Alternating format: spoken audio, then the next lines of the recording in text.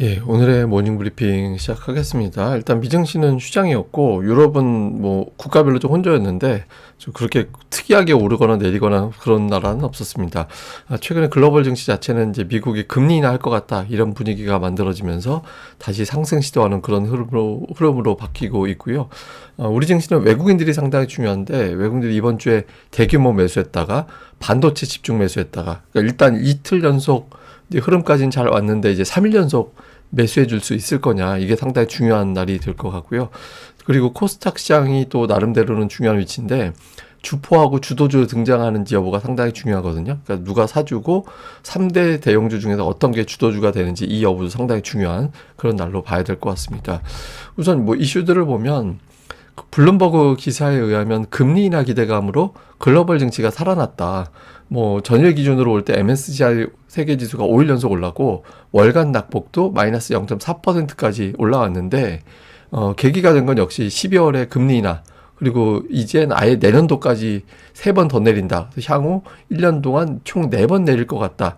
이런 흐름이 시장을 이끌어 왔다라는 거예요. 그래서 어쨌든 내년 증시에 대한 어떤 자신감이 새로 만들어졌고 그러다 보니까 비트코인 9만 1000달러 정도 왔다 갔다까지 회복이 되는 그런 모습이 나왔고 주요 증권사들은 S&P 500 지수 전망을 7,500에서 최대 8,000까지로 예상을 하고 있습니다. 뭐 대부분 다 보면 이유가 비슷해요. 그러니까 실적이 잘 나올 거고, 그다음에 AI가 실적을 견인하는 그런 환경을 만들어 줄 거고, 뭐 투자가 많이 되니까 어차피 AI 쪽에서 내년도도 주식시장을 끌어올릴 거다. 이런 이야기들이 이제 대체로 다 나오고 있습니다. 그러니까 어쨌든 지난주까지는 뭐 버블론, 그리고 금리 동결, 이런 것들 때문에 흔들렸었는데, 그러니까 이번 주 들어서는 금리가 내려갈 것 같으니까 이제 뭐 주요 분석가들이라든가 이제 투자자들이 좀 자신감을 강하게 갖게 되는 이제 그런 이유로 작동이 된 것 같습니다.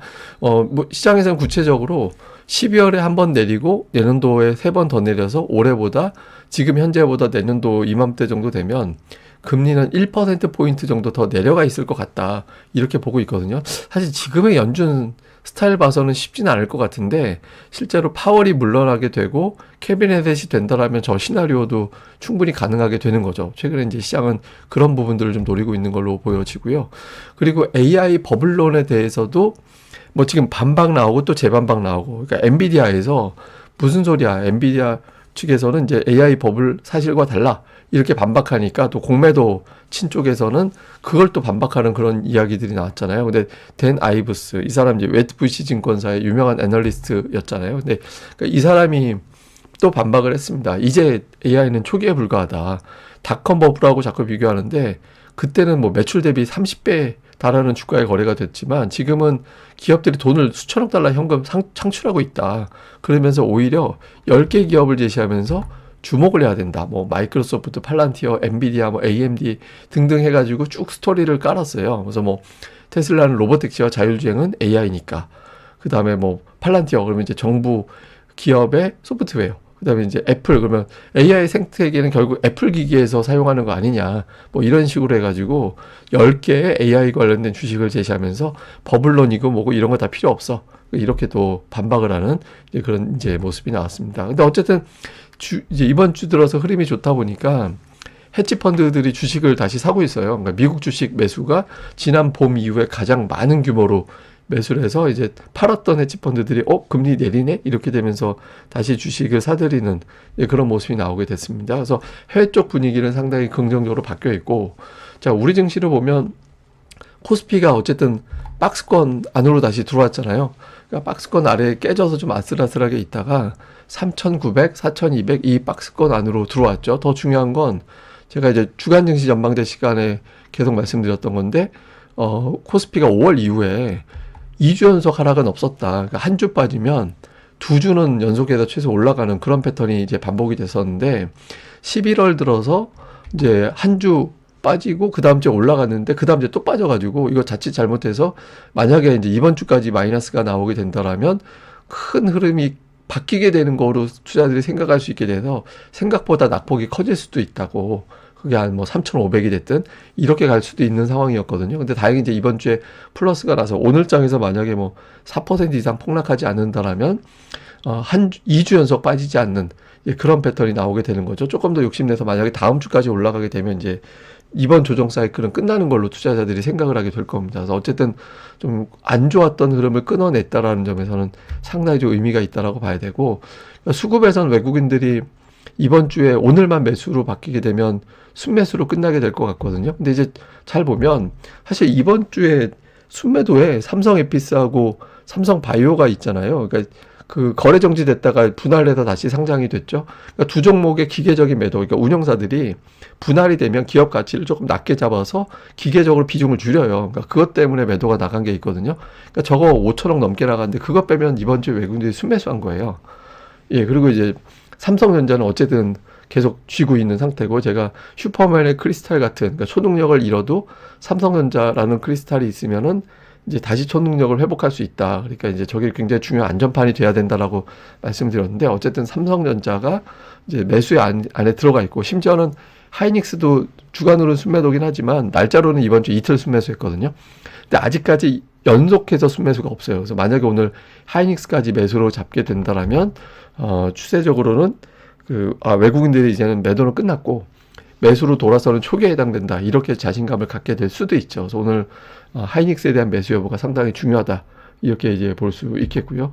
그 다음에 코스피 주요 대형주들의 주봉을 좀 비교해 보면 삼성전자는 이제 5주선 안으로 들어왔고 10만 전자까지 회복이 됐습니다. 그 다음에 하이닉스는 아직은 이제 5주선 안으로 들어가지 못했고, 그러니까 이제 하이닉스가 이제 5주선 안으로 들어가주면 조금 더 자신감을 갖게 될 것 같고, 그다음에 쭉 하락하던 2차 전지주가 이번 주 들어서는 회복. 그러니까 2차 전지도 사실 AI하고 엮여서 올라갔던 종목들이었잖아요. 그러니까 ESS, 그러니까 그 데이터 센터 만들려면 전기가 안정적으로 필요하니까 데이터 센터 옆에다 어마어마하게 큰 배터리를 두자. 그게 ESS잖아요. 근데 그것 때문에 이제 2차 전지들이 모멘텀이 있었는데 AI가 꺾이면서 같이 주저앉았다가 이번 주에 좀 살아나는 그런 움직임을 보였고, 다음에 자동차 현대모비스가 저점이 좀 높아지는 듯한 그런 움직임이 나오는 특이한 케이스라서 현대모비스도 한번 특징주로 가져와 봤는데, 어쨌든 주봉상에 이런 움직임이 있고, 그다음에 증권업종 딱 봐도 차트적으로 보면 이거 되게 중요한 자리에서 지지가 됐네, 이런 느낌이 있죠. 그래서 증권주들도 이런 위치고, 그러니까 여러분들도 한 번씩 주봉으로 종목들을 한번 돌아보는, 챙겨보는 그런 것도 되게 중요하거든요.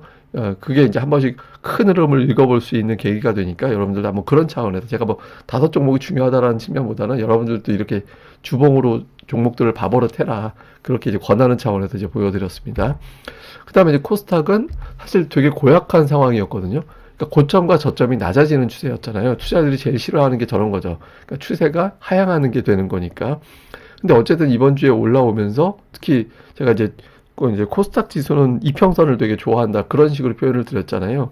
근데 이렇게 되면 이제 고점과 저점이 낮아지다가 추세 뒤집어가지고 세게 돌아섰던 여름장의 추억, 그게 좀 살아날 수도 있게 되는 거죠. 그러니까 당장 근데 저거는 이번 주 이틀 겨우 뭐 3일 어떻게 됐다라고 해서 우리가 뭐 그냥 갑자기 가볍게 그렇게 생각할 게 아니라 중요한 어떤 저항대를 돌아서줘야 돼요.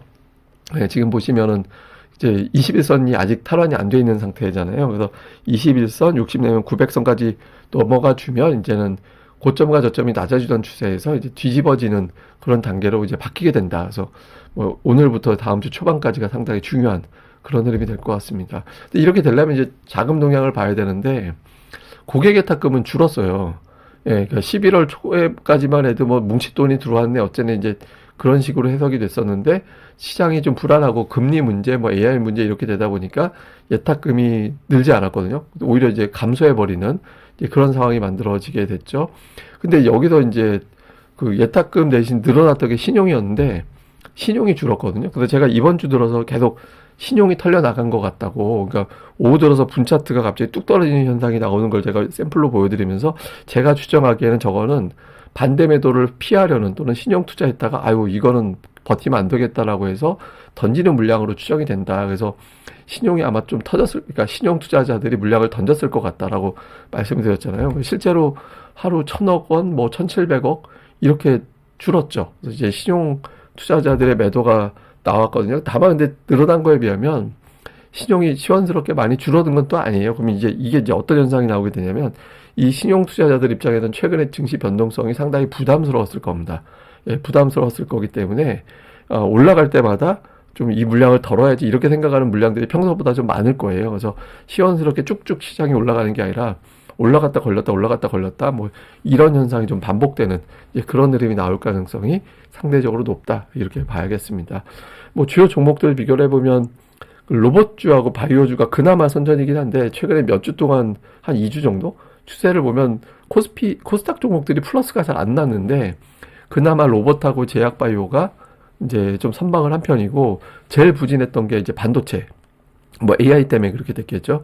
그 다음에 부진했던 게 엔터, 그 다음에 이제 2차 전지 이런 순인데 이제 그러니까 이 순서가 시장이 살아나게 되면 오히려 좀 부진했던 종목들 중에서 일부가 좀 돌려지는 아주 강하게 돌아서는 그런 케이스들이 나올 수 있거든요. 그러니까 원래 안 좋은 종목은 그냥 계속 안 좋은 경우가 많아요. 근데 지금같이 특정 이슈 때문에 빠지게 되는 경우에는 그 중에서 일부 종목은 빠르게 복원되는 그런 흐름이 나올 수 있거든요. 그래서 좀 많이 빠졌던 업종이나 종목들 내에서 수급이 바뀌는 종목군들, 기관 외국인들이 받은 종목들 이런 것들은 주목해 볼 필요가 있습니다. 그리고 이제 어제 중요한 뉴스가 하나 나온 게 있는데 이게 단독 달고 나온 거라서 이게 팩트 여부는 좀 확인이 필요합니다. 근데 어쨌든 저는 근데 이런 거 나올 거라고 기대하긴 했었거든요. 그래서 주변에다는 내년도에 코스닥이 되게 좋을 것 같아서 코스닥 쪽에서 기회를 잡아볼 필요도 있는 것 같다 이런 취지로 이야기를 주변에다 하곤 했었는데 어쨌든 코스닥을 띄운다라는 제목이었죠. 그래서 코스닥 벤처펀드의 어떤 소득공제 뭐 높인다 이것인데 이거보다는 저는 연기금 비중 높이는 거 이게 되게 주목되더라고요. 그러니까 연기금이 현재 3%에서 5% 늘리면 주식 되게 많이 살 수 있어요. 코스닥 쪽에서. 근데 연기금이 뭐 잡주 이런 거 사는 건 아니잖아요. 이미 사놨던 종목군들을 더 살 가능성이 있거든요. 그러니까 연기금이 최근에 샀던 종목군들을 쭉 리스트를 한번 볼 필요가 있죠. 그 외에 뭐 국민성장펀드 150조 원 만든다고 한 거 중에 일부가 아마 또 뭐 활용이 될 것 같고 또 증권사들이 모험자본 기금을 한 20조 원 정도 투입할 것 같다. 근데 이게 뭐 코스닥에 직접 투자하는 방식도 있고 이제 다른 방식도 있긴 하지만 어쨌든 이런저런 어떤 방식으로 코스닥의 부양책을 띄우겠다라는 거죠. 사실 코스피가 이렇게 올라왔지만 코스닥은 별로 재미가 없었죠. 근데 이제 코스닥 쪽도 개인 투자자들의 비중이 압도적으로 높기 때문에 이 부분이 상당히 중요하다라고 제가 여러 번 말씀을 드렸잖아요. 그러니까 이런 움직임이 좀 시도가 되는 것 같습니다. 그러니까 이게 오늘 시장에서 좀 어필이 되는지 이 부분도 잘 봐야 될 것 같고 어쨌든 연기금이 많이 사놓은 종목들에 대해서는 좀 주목을 해볼 필요는 있는 것 같습니다. 자, 뭐 상황 요약을 해보면 그 AI 플러스 금리 인하 효과가 다시 부각되고 있습니다. 이런 것들은 상당히 중요한 어떤 시장의 재료가 되는 거고 근데 무엇보다 이제 수급이 안 바뀌면 그냥 기술적 반등으로 끝나요. 그러니까 뭐 앞서 뭐 무슨 코스닥이니 뭐니 이런 거 다 필요 없거든요. 그러니까 주포가 있어야 돼요. 그러니까 외국인들이 계속해서 사주느냐.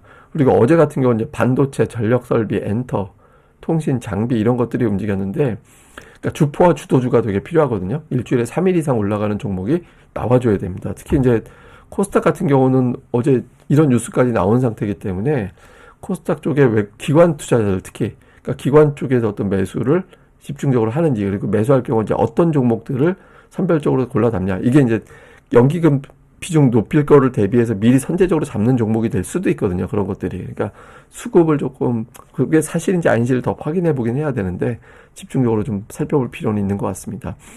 예, 그리고 이제 JP모건에서 6천 갈 수도 있다고. 근데 이게 좀 그대로 믿자라는 얘기가 아니라 논리는 참고해 볼 필요는 있는 것 같아요. 그러니까 우리나라가 아직까지 아시아나 세계 증시에 비해서 저평가다.